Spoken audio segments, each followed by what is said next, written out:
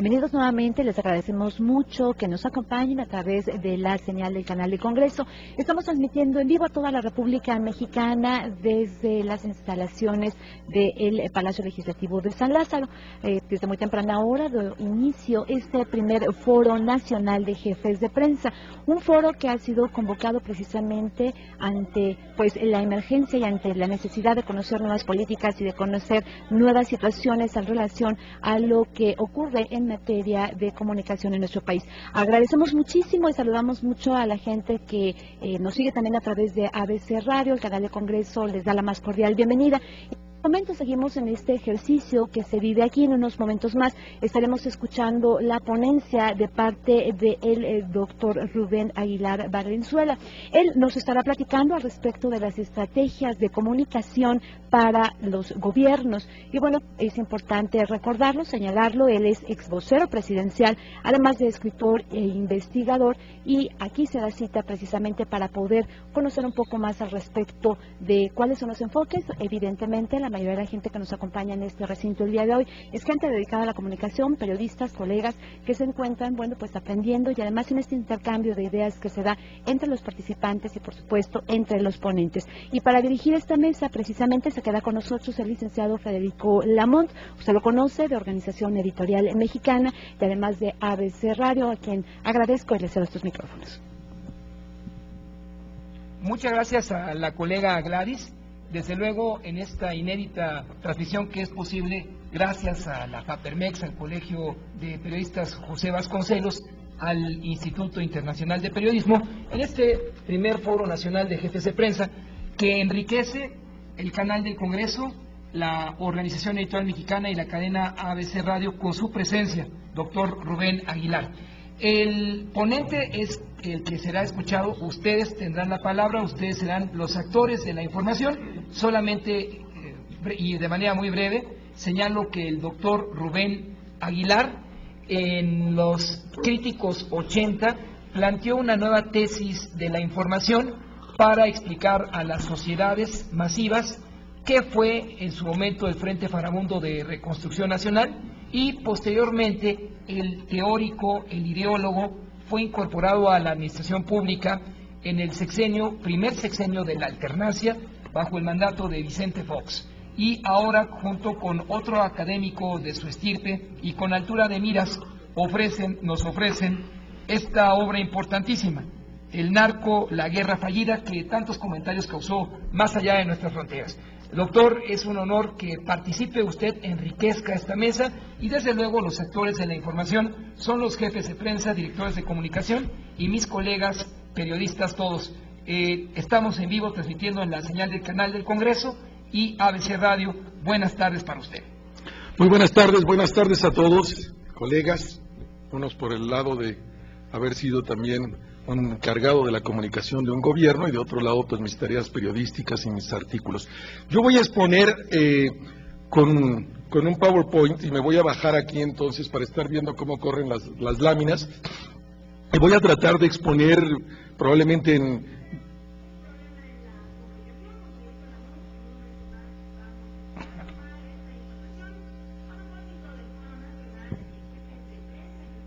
Continuamos nosotros la transmisión mientras recuperamos el enlace con la radio en el canal del Congreso. Adelante, doctor, que son los... Entonces, voy a tomar a lo mejor unos 20, 25 minutos de la exposición para abrir un espacio de discusión, de preguntas, que me parece que puede ser mucho más interesante para ustedes y también para mí.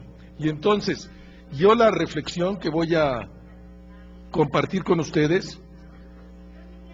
Le solicito a los amigos de la radio que bajen su volumen para que el doctor continúe su transmisión. Adelante, doctor.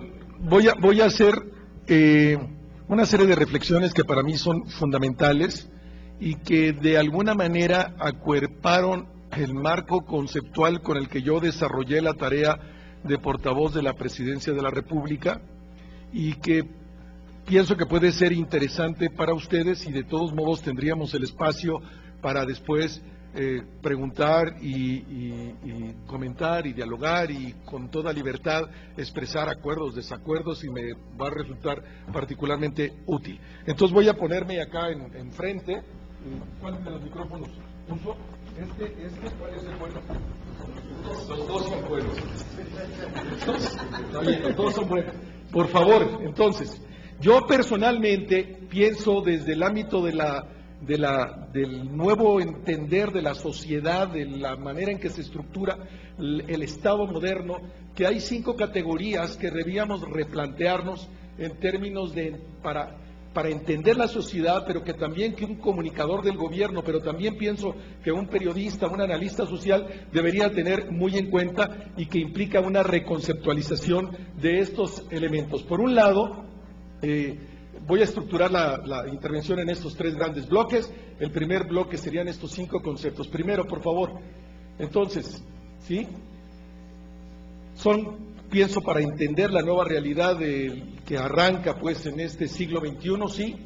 Y el primero es el de ciudadanía. Normalmente se ha entendido que la ciudadanía es, en términos clásicos, digamos, un estatuto jurídico-político que otorga derechos y obligaciones.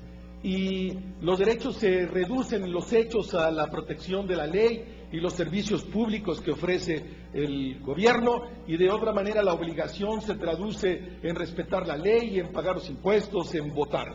Básicamente así ha sido el Estatuto Jurídico Político de Derechos y Obligaciones. Pero esta concepción o este concepto ya no basta, se incluye, pero ya no define o da cuenta del elemento central de la nueva idea de ciudadanía, que es la participación. Y la participación en la construcción de lo público, que se traduce en la capacidad que tienen los ciudadanos de incidir en el diseño, en la ejecución, en el seguimiento y en la evaluación de las políticas públicas. Y me parece que uno de los problemas de la incomunicación entre la sociedad civil, la ciudadanía, la sociedad civil y los políticos es que no entienden que el nuevo rol, el rol fundamental de la ciudadanía hoy es participar en la construcción de lo público y no solo lo público es patrimonio de la acción del gobierno, por favor. Y en ese sentido hay una nueva relación. Por siglos se ha entendido que la construcción del espacio público solo correspondía al gobierno, y no es que no le corresponda, claro que le corresponde y tiene que hacerse responsable, pero hoy se entiende que los privados, los ciudadanos, también les corresponde esta construcción, y le es propio porque es un actor en la construcción del Estado, en la nueva idea de Estado, donde el Estado no es sinónimo de gobierno, como por desgracia todavía hoy algunos políticos entienden y asumen que si son gobiernos son el Estado como equivalente. Sí, el Estado está integrado por el gobierno, pero también por la sociedad civil organizada. Y en ese sentido, me parece esta frase de Pericles, este famoso general griego de la Grecia clásica en el siglo VI a.C., que define con mucha exactitud qué es el nuevo rol del ciudadano en la modernidad, aunque está definiendo al ciudadano de la Grecia clásica esta definición, donde dice: en nuestra ciudad nos preocupamos a la vez de los asuntos privados y de los públicos, y gente de diferentes oficios conoce suficientemente la cosa pública, pues somos los únicos que consideramos no hombre pacífico, sino inútil, al que nada participa en ella, y además o nos formamos un juicio propio o al menos estudiamos con exactitud los negocios públicos, no considerando la discusión como un estorbo para la acción, sino como un paso previo indispensable a cualquier acción sensata. Y articula pues en el ciudadano la acción privada y la acción pública. En los hechos, en nuestro texto constitucional, no existe ningún elemento hoy de democracia directa. No hay ni plebiscito, no hay ni referéndum, no hay revocación de mandato, no hay candidaturas independientes, no hay iniciativa popular, que está integrado en el texto de otras constituciones hoy y que permite que los ciudadanos complementen el ejercicio de la democracia representativa con la democracia directa. No se trata de eliminar, de socavar la democracia representativa de ninguna manera, sino completarla, perfeccionarla con la posibilidad de la participación directa de los ciudadanos en la conducción también del espacio público. Por favor, el Estado moderno hoy se ha entendido en una definición jurídico-política que seguramente ustedes en la prepa, en la universidad, era que ese Estado pues es una población en un territorio con unas leyes y con unas instituciones, y eso desde luego que sigue siendo vigente y vale, pero hoy no agota la explicación. La novedad es que el Estado moderno es la conjunción de actores, en este sentido la articulación, el diálogo permanente entre gobierno y sociedad civil, como lo definía Gramsci, el teórico italiano fundador del Partido Comunista en los años 20 del siglo pasado. Y en este sentido, la sociedad civil, hay un conjunto de definiciones, en todo caso, el Estado moderno es la conjunción pues de la interacción de estos actores sin ignorar que también es un territorio, una población, unas leyes, unas instituciones, pero que está integrado por diversos actores, por lo pronto por el gobierno y la sociedad civil, y que la sociedad civil está articulada en dos grandes bloques. Por un lado, las organizaciones que lucran, que serían las empresas. De hecho, algunos definen hoy Estado la interacción de gobierno, mercado y sociedad civil, y en todo caso, en este cuadro, el sector lucrativo, que serían las empresas, y el sector no lucrativo, que tendría a su vez cuatro grandes bloques. Por un lado, las asociaciones religiosas, las iglesias; por otro lado, las organizaciones de los partidos políticos; y por otro lado, las organizaciones de autobeneficio, aquellas que se organizan para defender los intereses particulares del sector, los sindicatos, las cámaras; y de otro lado, el sector no lucrativo, también conocido como tercer sector, o las instituciones al servicio de los otros, de lo que hemos llamado tradicionalmente ONGs, que hoy está siendo superado y no gusta llamarse por la negativa, sino por organizaciones de la sociedad civil, porque el nombre de ONG vino de la Asamblea de Naciones Unidas para distinguir a los gobiernos de las organizaciones que estaban representadas en la Asamblea, pero que no eran gobiernos, como el Consejo Mundial de Iglesias, la Organización Internacional del Trabajo, etcétera, ¿no? Entonces, me parece muy importante para el gobierno y para el ejercicio también de la comunicación de los responsables entender estas nuevas realidades, que no se trata, que hay una nueva manera de comprender la ciudadanía, de comprender el Estado, en relación de eso al gobierno, la sociedad civil y la construcción de lo público. Y por último, esta nueva idea también muy trabajada, por favor, muy trabajada por Luis F. Aguilar, este extraordinario teórico y académico mexicano, en la propia definición de la Real Academia de la Lengua o el Diccionario de la Lengua Española, ya viene el concepto de gobernanza, que no sustituye al de gobernabilidad, pero lo completa desde mi punto de vista, y entendido gobernanza como el arte, dice el diccionario hoy, como el arte o la manera de gobernar que se propone como objetivo el logro del desarrollo económico, social e institucional duradero, promoviendo un sano equilibrio entre el Estado, entendido ahí como gobierno, el problema semántico ahí está, la sociedad civil y el mercado de la economía, o sea, estos tres actores que integran hoy el Estado moderno. Y me parece clave y fundamental para poderse saber comunicar, identificar cómo funciona la estructura social de hoy y con quién me voy a comunicar. De hecho, para mí fue una vez que el presidente de la República me nombró primero como coordinador de comunicación social hacia la mitad del julio del 2004 y a partir de abril del 2005 también portavoz de la República, como entender con quién nos íbamos a comunicar, cómo operaba la estructura social, y en ese sentido pues comparto, por otro lado, yo como profesor universitario doy un seminario en la Universidad Iberoamericana de Teoría de la Sociedad Civil a partir de estos conceptos.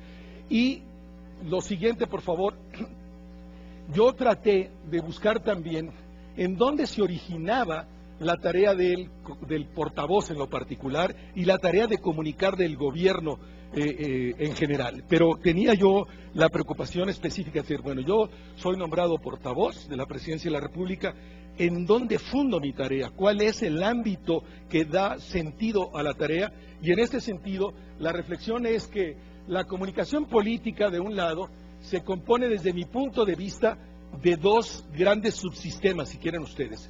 Y entiendo que por un lado la comunicación gubernamental y el otro lo que sería propiamente la propaganda o el marketing político, que se deben de usar las dos, pero no son lo mismo las dos y deben de caminar en lógicas distintas las dos. Incluso los que hacen marketing suelen ser muy malos para hacer comunicación gubernamental y los que hacen comunicación gubernamental pues suelen ser muy malos para hacer marketing. En la experiencia nuestra, en lo que a mí me tocó vivir en Los Pinos, pues el responsable de marketing no tenía ninguna idea de la política.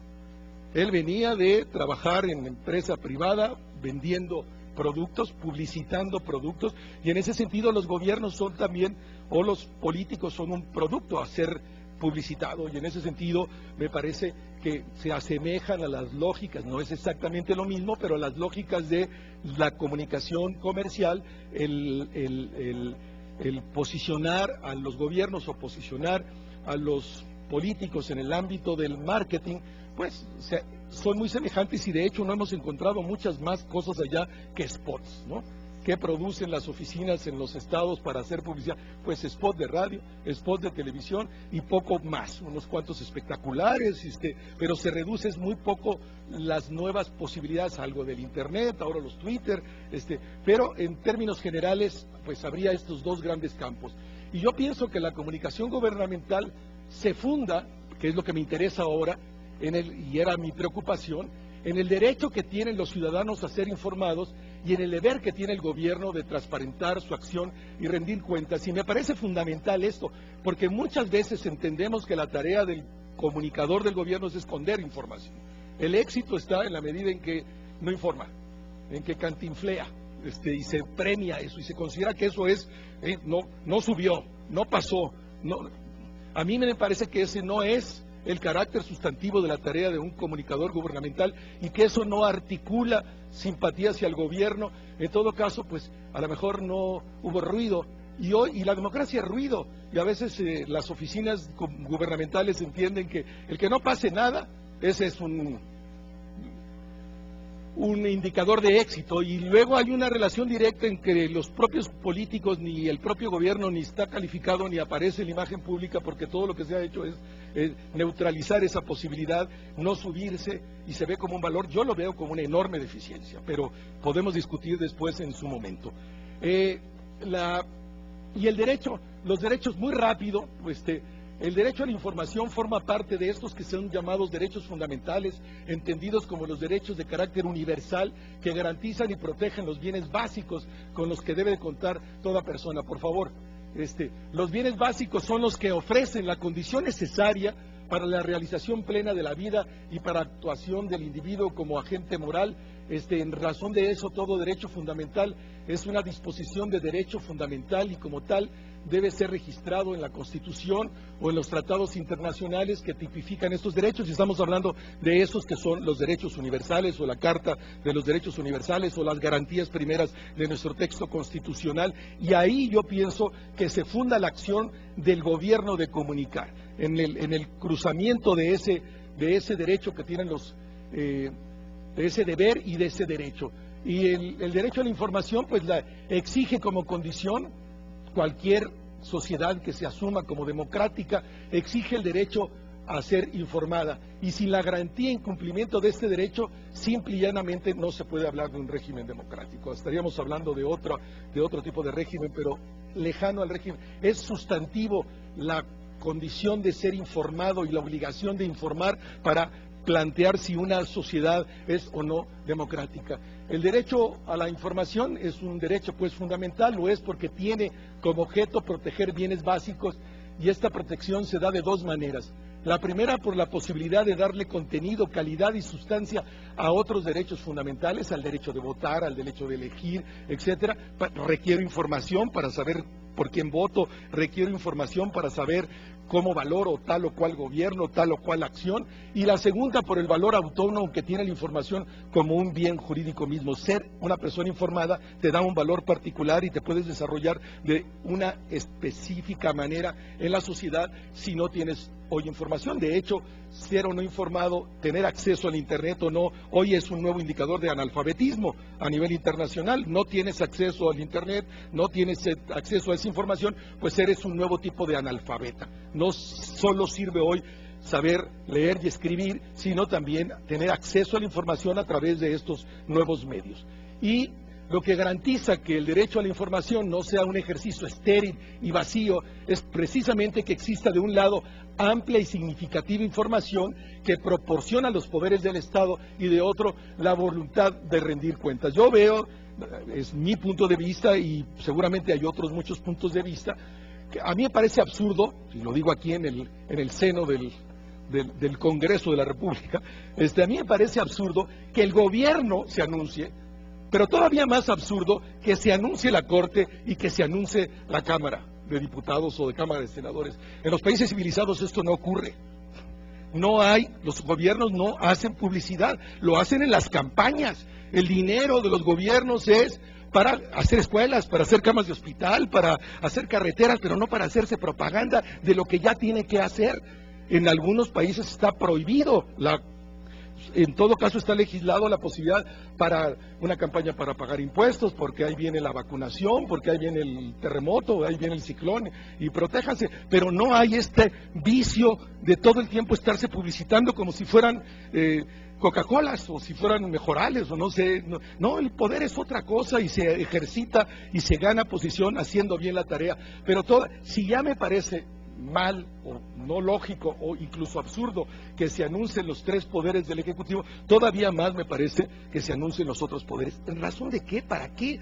¿Se hacen publicidad de qué? Que haga cada quien su tarea, le haga bien y en razón de eso que informe y que tome lugar a partir de la información, no del marketing, sino de la comunicación gubernamental, etcétera. Bueno, es mi punto de vista y seguramente ahorita discutimos y algunos podemos pensar de otra manera. La comunicación, voy muy rápido e intencional, espero que me sigan, y aquí se va a quedar esa exposición y pídanla que se las manden, ¿no?, a sus correos para que la podamos socializar. Aquí me interesa es plantear esto, pero platicar y dialogar, y por eso voy tan rápido, ¿no?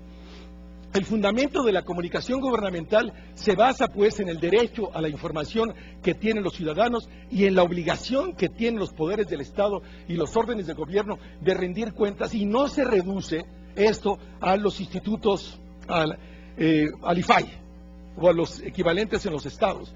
No, esa es la tarea que deberían de hacer todos los días, me parece a mí, los gobiernos.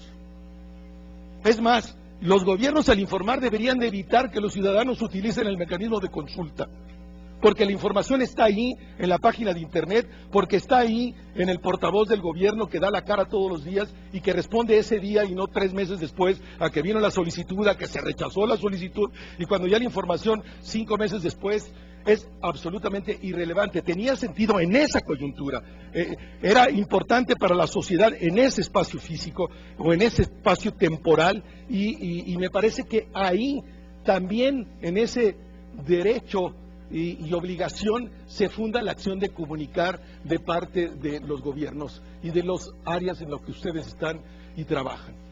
Es la garantía y entonces y el ejercicio de estos en la garantía y el ejercicio de estos dos derechos son los que fundan pues jurídicamente el campo de la comunicación gubernamental. Me parece que fundan la tarea de muchos de ustedes, la tarea que yo hice en el momento que a mí me tocó ejercer esa función. Implica que los poderes del Estado y los órdenes de gobierno informen con claridad, con transparencia de lo que hacen y de la forma como lo hacen. De otra manera, que rindan cuentas en el ejercicio cotidiano de la comunicación gubernamental y no como algo excepcional, si no me llega la demanda de la información, pues yo nunca lo voy a dar y ahí estoy escondiéndola y me siento muy exitoso porque la escondí y no me lo preguntaron. Me parece que no es lo que debería de ser. Por favor, la forma en que el derecho a la información y el de la rendición de cuentas se haga realidad es que los poderes de los estados y los órdenes de gobierno diseñen y pongan en práctica, en ejecución, mecanismos prácticos y operativos que transmitan de manera permanente información a los ciudadanos. Estos mecanismos pueden ser múltiples. Unos sin duda resultan más efectivos y buenos que otros. Si yo mando el boletín hoy, aquí hay unos periodistas también y aquí hay comunicadores de gobierno. Si yo soy periodista y a mí me mandan un boletín, ¿qué hago hoy día? ¿No? al bote de basura, digo, seamos honestos, no sirven para nada, no creemos en eso, digo, ¿cómo va? Salvo alguien muy flojo que no quiera hacer su tarea y entonces pues se lo copia, pero es muy poco eficiente, muy poco eficaz, muy poco efectivo todos estos conceptos asociados pero que denotan realidades distintas. La calidad de la democracia determina pues estos mecanismos que pueden ir desde un simple boletín de prensa, pasando por la información que se coloca en la página de internet, hasta llegar, desde mi punto de vista, a la conferencia de prensa del portavoz de la dependencia pública. No fue una idea original, a mí no, de hecho, el cargo que yo ocupé fue una idea del propio presidente Fox, que me dijo, ¿por qué no lo hacemos, Rubén? Y estás listo y lo arrancamos. Pero pues ustedes saben que eso existe hace muchos años en el gobierno de los Estados Unidos, y no solo que existe el portavoz de la Casa Blanca, sino todos los días en los Estados Unidos, además del portavoz de la Casa Blanca, sale el portavoz del Pentágono y sale el portavoz del Departamento de Estado, y en razón de eso pues hay una información circulando de primera y potentísimo nivel. De hecho, la conferencia del portavoz de la Casa Blanca ocurre en dos tiempos en esta mecánica. El primer tiempo es a puerta cerrada, no se admiten las cámaras de televisión, todo el mundo de los que están en la fuente presidencial llegan ahí, hacen sus preguntas y tienen derecho a citar, que es fuentes de la Casa Blanca, no citan al portavoz en directo. Todo el mundo cumple las reglas, y pasan dos cosas con eso, sirve como preparar para cuando se da la conferencia de prensa, ya con el portavoz como a nivel oficial, sirve para dos cosas, esa conferencia previa.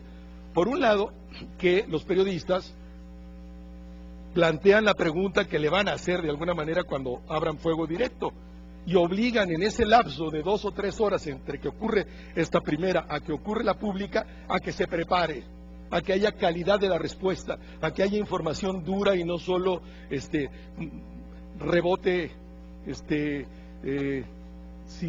nomás batee, pues, ¿no? Así que no haya bateo, que haya respuesta. Eso permite, por un lado, y permite entonces, de otro lado, eso que le dé calidad a la pregunta, a la respuesta de la pregunta, y de otro lado, pues, junto con pegado, el portavoz sabe qué le van a preguntar, y en razón de eso se prepara a conciencia o con más afinidad, en razón de que sabe que va a venir la cosa, ¿no?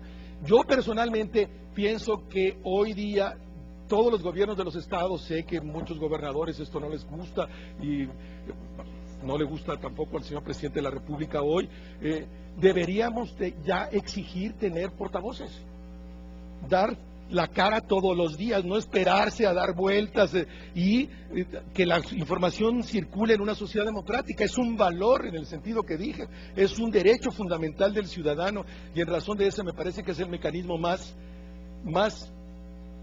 democrático, el más público, la posibilidad de la pregunta abierta, la respuesta, etcétera, etcétera. La mejor manera que se cumpla un derecho es la máxima publicación del derecho. La máxima publicación me parece que es la existencia de un portavoz. Claro, defiendo lo que yo hice, sin duda, pero pienso que a nosotros nos ayudó muchísimo, pero no es el hecho solo que nos haya ayudado. Pienso que, mil gracias, que es lo que se debe de hacer hoy en una sociedad democrática, en el juego libre del debate, de las ideas, de la obligación que tiene el gobierno de transparentar su acción, etcétera, etcétera, por favor. Y por último, desarrollo, la comunicación y la política son parte de hoy día de un todo. Una requiere la otra, una se exige de la otra, de hecho son dos caras de una misma moneda, desde mi punto de vista. ¿Sí? Hoy la comunicación política se articula a partir de la publicidad gubernamental. Se propone difundir las acciones y los logros del gobierno utilizando las técnicas propias de la publicidad comercial. Se reduce la más de las veces al diseño y difusión de anuncios, de spots en la radio y en la televisión, en pautas que implican la saturación de los medios. O sea, al final es cuánto tengo de dinero y cómo le meto, y más que esté más el spot, porque así se queda, pareciera que no hay mucha más cosa en la vía de los hechos. Y la segunda, propiamente la comunicación gubernamental, se propone informar y dar a conocer las razones que fundamentan las políticas públicas y las decisiones que toma el gobierno. Se estructura entonces a partir de datos duros y de ofrecer los argumentos que desde la lógica del gobierno justifiquen el proceder del propio gobierno. Eso me parece que es la comunicación gubernamental y que es el derecho que tienen los ciudadanos mediado por la prensa que pregunta, que cuestiona, que exige información al funcionario público y en este caso al especialista que tendría que ser el portavoz. La comunicación gubernamental es pues una política pública desde mi punto de vista, no del carácter mismo de la política pública de educación o de salud o de hacienda o de deporte, es política pública entendida en la lógica que la estoy proponiendo, y que la decisión del gobierno que ofrece y ejecuta una solución a un problema, entendida política pública, hay muchas maneras de entender política pública, muchos tratados, uno de ellos es la decisión del gobierno que ofrece y ejecuta una solución a un problema que existe en la comunidad. De hecho, me parece que la comunicación debería estar siempre, la comunicación gubernamental como política pública, estar dando cuenta a la problemática que los actores de la sociedad, que los ciudadanos, la sociedad civil organizada, etcétera, tienen respecto a la acción del gobierno y mediado por la prensa, mediado por los periodistas, por los medios que preguntan, cuestionan y requieren respuesta. El propósito fundamental de la comunicación gubernamental es crear consenso, adhesión al proyecto de gobierno y también reducir los niveles de disenso y de rechazo y de adhesión al mismo. A ver, me parece que el centro de la comunicación gubernamental, el propósito último de la comunicación gubernamental en el ejercicio de informar verazmente, transparente, etcétera, es generar consenso a ese gobierno, generar empatía a ese gobierno y evitar disenso a ese gobierno para generar condiciones de gobernanza. Y a veces, muchas oficinas, discutiremos, no logran hacer esto porque es simplemente que no pase nada. Y el no pase nada no genera consenso, ni evita el disenso. Simplemente no pasa nada. Pues es como, no pasó, es nada, punto. Entonces, podremos discutir, yo pienso que incluso algunos gobernadores no suben en sus calificaciones, no sube la calificación del gobierno, no sube el aprecio que la sociedad tiene, porque no hay nada. Se convierte en un ejercicio de comuniquemos mucho para no comunicar, o no comuniquemos lo que hacemos para que no vaya a haber ruido, protege al gobernador, protege a esto, protege al otro, y se convierte en un ejercicio como de puramente defensivo, ¿no? De protección y no de agresión en el mejor sentido, que es ir a la disputa pública de los temas, dando razones, argumentos, peleando el espacio público, peleando la construcción de la agenda mediática a partir de mi propia posición. Y es parte pues de las políticas públicas que debe impulsar todo gobierno, tiene su propia razón de ser, pero su misión fundamental es acompañar la acción de las distintas dependencias del gobierno. Esa es en esa tarea donde adquiere todo su sentido, en el acompañamiento de las políticas públicas, de las otras políticas públicas, ¿no? Siendo ella la comunicación gubernamental también una política pública, pero acompañar la política pública de salud o de educación o de finanzas, dar razón, dato duro, argumento, resulta clave y fundamental desde mi punto de vista. El acompañamiento busca dar a conocer el contenido, propósito y logro de las distintas dependencias, pero también se propone obtener la simpatía y la aceptación de la sociedad a las políticas públicas bajo su cargo. Y finalmente, la comunicación como parte de la política pública tiene un carácter estratégico. Los gobiernos no pueden prescindir de ella. En muy buena medida, el éxito o fracaso de su gestión se mide por el nivel de la efectividad de su comunicación y de su capacidad para estar en contacto directo y permanente con la ciudadanía. Hoy incluso hay políticos, no voy a referirme a nombres ni es el caso, que tienen un enorme posicionamiento, pero solo tienen posicionamiento. ¿Qué hace ese gobierno? Porque es bueno ese señor y puede ser un buen candidato. Es conocido, está posicionado como marca, como Coca-Cola, como Mejoral, pero ¿qué tiene atrás? si no, nunca discute, nunca debate, no da argumentos, no se sabe qué piensa, no se sabe cómo sacaría a este país de la crisis, no se sabe cómo...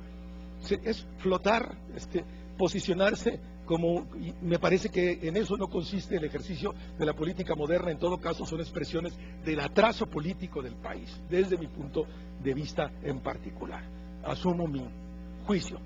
El ejercicio de la comunicación gubernamental está medida, pues, está mediada por los medios, y los comunicadores que no lo entiendan, hoy pues están equivocados. Y todavía, por desgracia, sigue habiendo, me toca ver que siguen algunos gobiernos hablando a los medios, a reclamar la nota, a pedir que se publique tal nota, si nosotros estamos pagando publicidad, ¿por qué me tratas tan mal? Que es una expresión de un atraso brutal, eso es para los países tercermundistas de quinta, y seguimos con estados extraordinariamente modernos, con per cápitas de 14, 15 mil dólares, viviendo en eso como, así no pasa nada.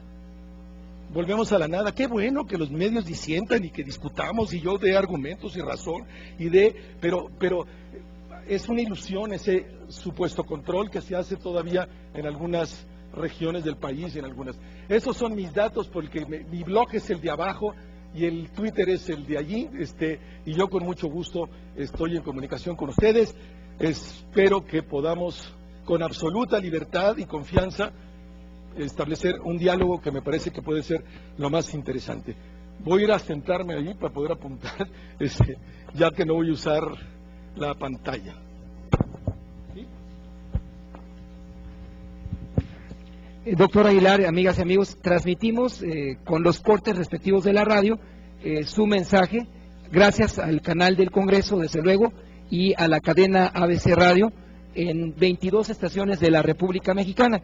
Espero la señal del productor para que las preguntas de ustedes a continuación son múltiples, también aparezcan en el canal del Congreso, ABC Radio, Organización Editorial Mexicana. Vamos a transmitir, vamos a llevar estos micrófonos a cada uno de ellos. ¿Cuál ha sido la mecánica, perdón? ¿Una a una o junto tres o cómo lo hacemos? No, vamos a hacer una mecánica de 3 y 3. 3 y 3, compañero, por favor. 1, 2, 3, sí, por favor.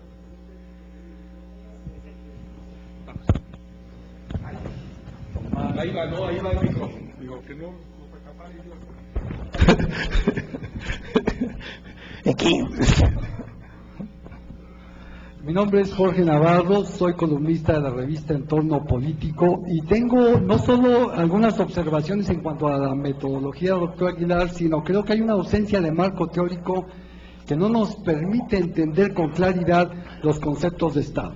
Estado es una ficción por parte de lo que podría ser un marco teórico que semánticamente lo explique, como lo ha dicho ya el INEC, Estado que tiene territorio, población y un poder de mando original. El otro es el escenario histórico donde el Estado se construye con instituciones.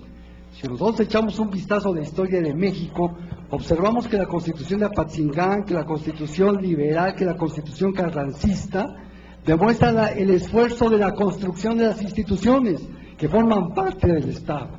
Entonces vemos, por ejemplo, en esta última Constitución del 17, que los conservadores y los radicales por Obregón hicieron un esfuerzo realmente para poderle otorgar al ciudadano ese poder que hoy día dice que está ausente.